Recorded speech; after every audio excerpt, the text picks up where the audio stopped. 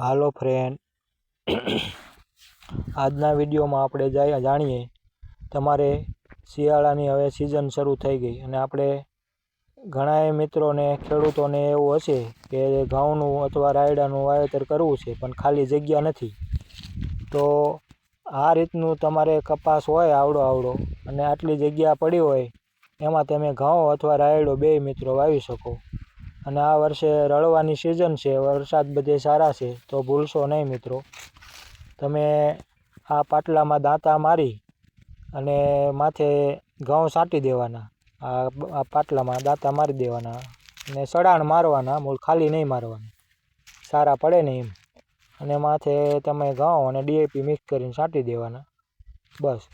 અને ઘઉં બહુ ઘાટા નહીં રાખવાના, મીડિયમ રાખવાના, એટલે તમારે ઘઉંનો ઉતારો સારો લે.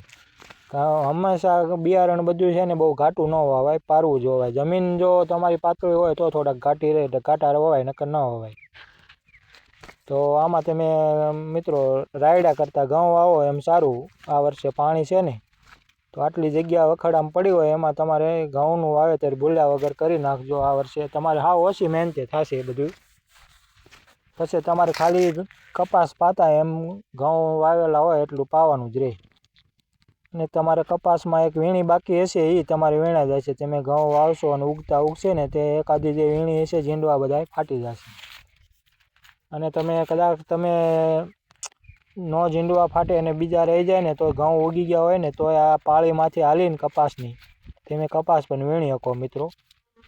એટલે તમારે કદાચ એકની બે વીણી આવે એવું હોય ને તોય તમે પાળીમાંથી હાલીને પછી એ તમે ઘઉંમાં જે હોય ને આ પડખે કપાસની પાળી એમાં હાલીને તમારે કપાસ વીણી લેવાનો.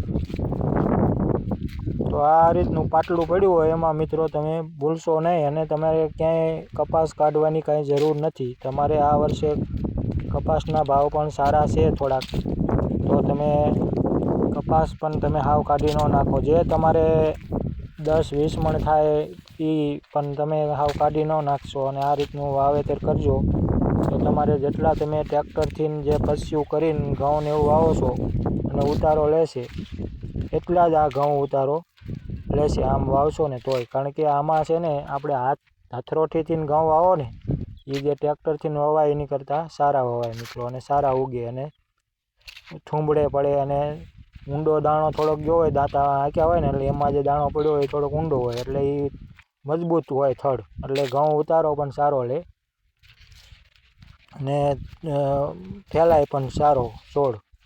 એટલે આ રીતનું મિત્રો જગ્યા પડી હોય ને એમાં તમે ઘઉંનું વાવેતર મિત્રો કરી શકો છો. આપણે પહેલાં કરેલું છે વાવેતર એટલે હું કહું છું તમને. તો તમે ઘઉં વાવવા હોય તો વિચાર ના કરતા અને ઘઉં વાવી દીજો મિત્રો. આવો કપાસમાં આટલી જગ્યા પડી હોય ને તો મિત્રો આ વિડીયો તમને સારો લાગ્યો હોય, માહિતી સારી લાગી હોય તો ચેનલને લાઈક, કોમેન્ટ અને મિત્રો સબસ્ક્રાઈબ કરવાનું ભૂલતા નહીં. અને હવે શિયાળાની સિઝન ચાલી રહી છે તો શિયાળુ પાક વાવવામાં પણ મિત્રો બહુ વાર ના લગાડતા. કપાસની 1-2 જે કાંઈ વીણી બાકી હશે ને એ જો આ પાળીમાંથી હાલીને તમારે કપાસ વીણી લેવાનો. ઘઉં ઉગી ગયા હોય ને તોય તમારે કાંઈ એવું નથી કે ઘઉંમાંથી હાલવું પડશે કે એવું નથી. આ કપાસની પાળીમાંથી હાલી અને થોડીક વાર લાગશે પણ તમારે 2 વીણી સુધી બાકી હશે ને તોય વીણાઈ જશે મિત્રો. તો તમારે કપાસ પણ કાઢવાની જરૂર નથી કારણ કે કપાસના ભાવ સારા છે ને તો કપાસ ના કઢાય. અને જે 2 વીણી આવે જેટલો થાય એટલો એ પણ આપણે નફો જ છે ને. એટલે આ રીતની ખેતી મિત્રો કરશો તો તમારે નફો પણ સારો રહેશે ને બહુ જાજી મહેનત પણ નહીં કરવી પડે.